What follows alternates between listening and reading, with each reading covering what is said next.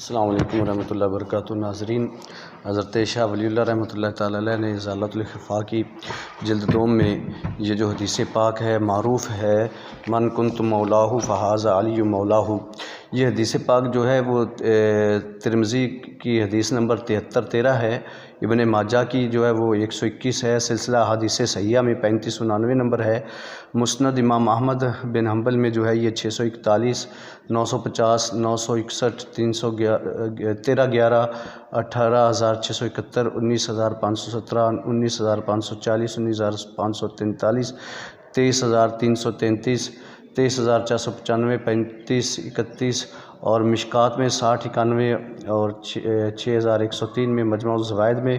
10978 اور 14611 میں، 14612، 13، 14، 15 سے 14966 تک جو یہ حدیث پاک موجود ہے۔ اور اس حدیث پاک میں جو ہے وہ اس کی بیک گراؤنڈ کیا ہے، اس کی بیک گراؤنڈ کو بیان کرتے ہوئے شاہ ولی اللہ رحمۃ اللہ علیہ فرماتے ہیں کہ من کنت مولاہ فہذا علی مولاہ، کہ میں جس کا مولا ہوں اس کا علی مولا ہے۔ اس کا اصل قصہ بتاتے ہیں کہ غدیر خم میں حضرت صلی اللہ تعالیٰ علیہ وسلم نے حضرت مرتضیٰ کو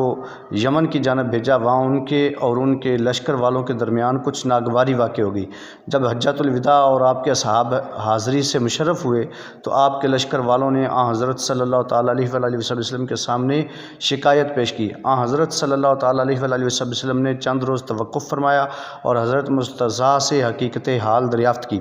جب اصل قصہ آپ کے خیال مبارک میں منقح ہو گیا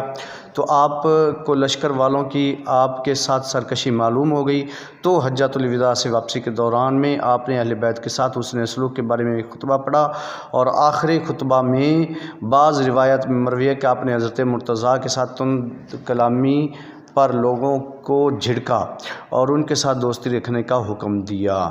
تو یہ تھی اصل بیک گراؤنڈ اس حدیث پاک کی، من کنت مولا فہذا علی مولاہ۔ السلام علیکم ورحمۃ اللہ وبرکاتہ۔